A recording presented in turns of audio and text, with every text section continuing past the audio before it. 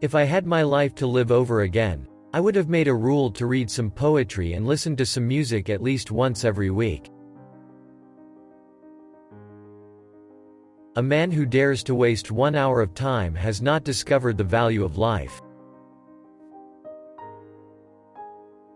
The love for all living creatures is the most noble attribute of man.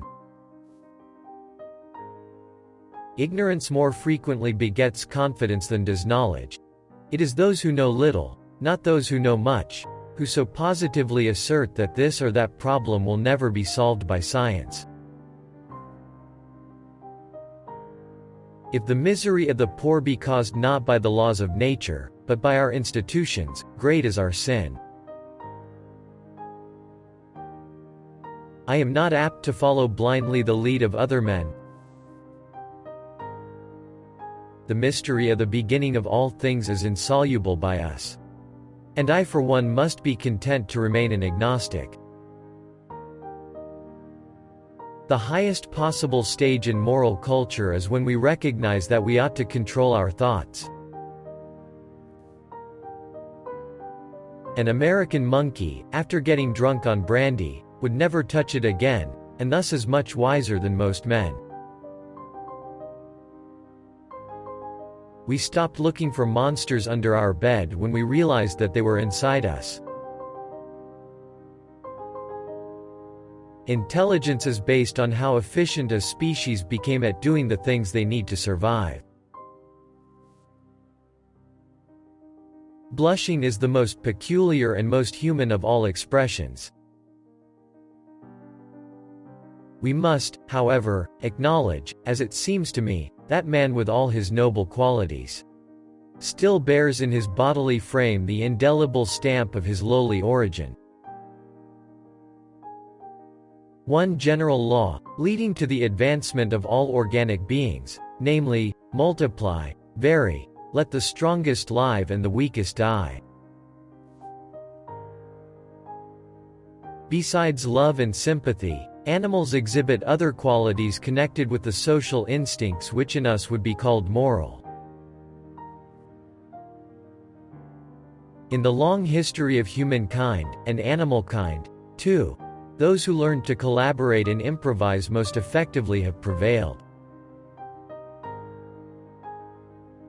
Nothing is easier than to admit in words the truth of the universal struggle for life, or more difficult, at least I have found it so, than constantly to bear this conclusion in mind.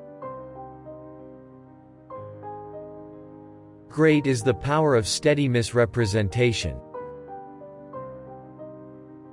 Man selects only for his own good, nature only for that of the being which she tends. For the shield may be as important for victory as the sword or spear. It is not the strongest of the species that survives, not the most intelligent that survives.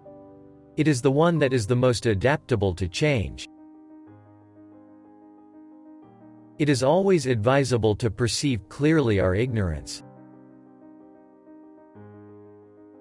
To kill an error is as good a service as, and sometimes even better than, the establishing of a new truth or fact. There is no fundamental difference between man and animals in their ability to feel pleasure and pain, happiness and misery. Natural selection almost inevitably causes much extinction of the less improved forms of life and induces what I have called divergence of character. The very essence of instinct is that it's followed independently of reason. A scientific man ought to have no wishes, no affections, a mere heart of stone. The complete absence of sex always leads to an increase in creative activity. A fair result can be obtained only by fully stating and balancing the facts and arguments on both sides of each question.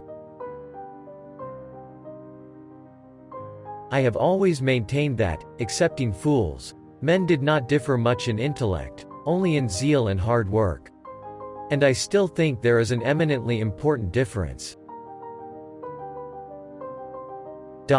Ignorance more frequently begets confidence than does knowledge.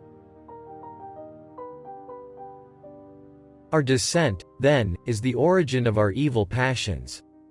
The devil under form of baboon is our grandfather. The power to charm the female has sometimes been more important than the power to conquer other males in battle.